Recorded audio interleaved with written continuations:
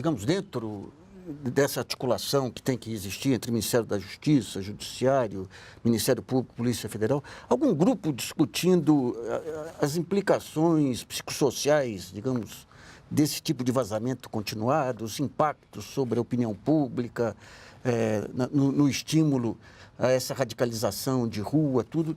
Existe alguma inteligência pensando isso aí ou ainda cada grupo tem o seu universo específico? Olha, nós não estamos ainda, vamos dizer, numa fase, me parece, em que a gente compreende claramente esse processo que nós estamos passando no país. Por enquanto, a gente está sentindo o seu impacto. O impacto é de, vamos dizer, uma onda, por que não dizê-lo, de ódio, né, que está tomando conta da sociedade. Essa onda de ódio não diz respeito necessariamente à percepção de corrupção. Me parece que ela é anterior a isso. Ela diz respeito, na verdade, a insatisfações, né, de ordem política, de escolhas políticas, principalmente no que diz respeito àqueles que foram derrotados nas eleições de 2014. Né? E, de certa forma, a corrupção ela serve de veículo apenas para essa insatisfação.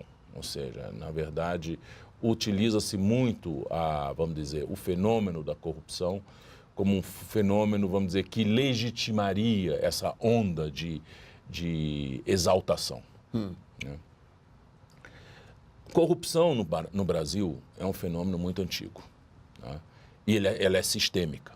Né? Corrupção sistêmica é muito mais complicada de ser combatida do que a corrupção pontual individual. Né?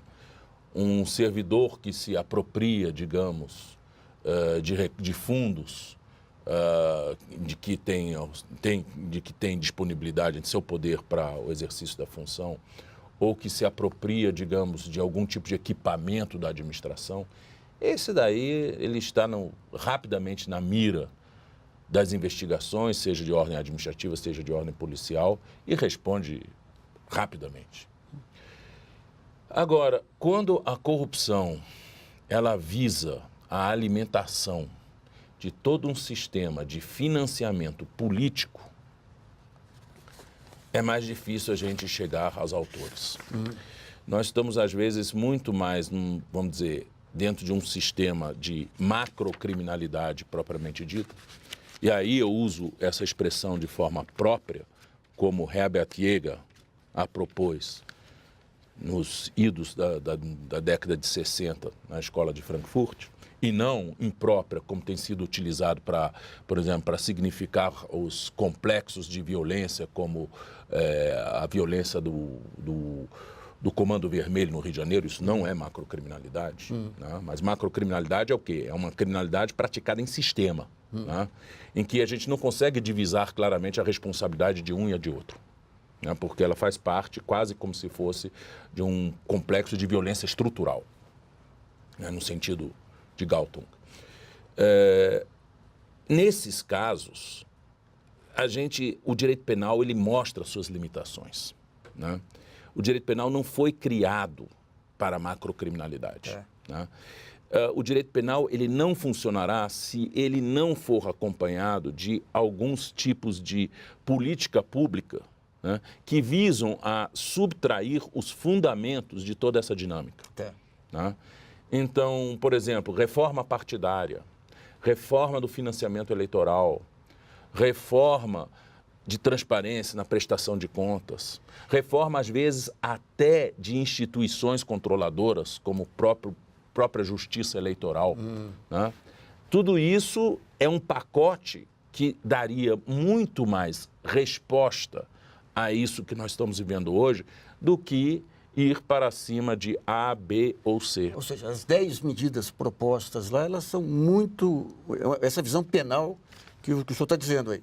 Infelizmente, o país, em virtude desse, vamos dizer, de toda essa onda de indignação, de esses impulsos que nós estamos vivendo, está também vivendo um momento de um certo fetichismo penal, né?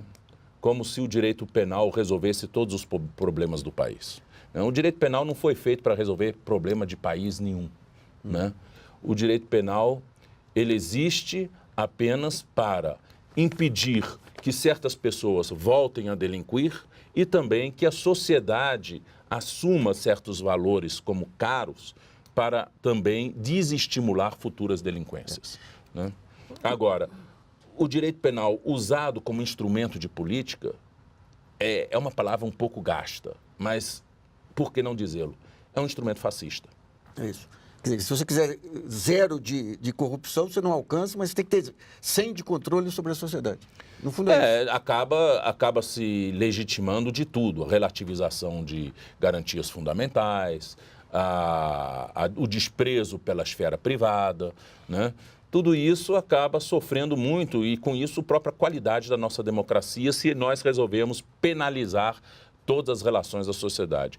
Eu entendo até que o Ministério Público, naturalmente, tem essa vocação. O Ministério Público foi feito para isso, né? Para achar pessoas culpadas, né? O problema é quando o Ministério Público resolve fazer macropolítica, né? Enquanto o Ministério Público ele foi vocacionado para achar o culpado, ele não foi vocacionado para resolver problema, né? E quando ele se propõe a resolver problema, ele não quer resolver o problema em si, mas apenas achar o culpado pelo problema.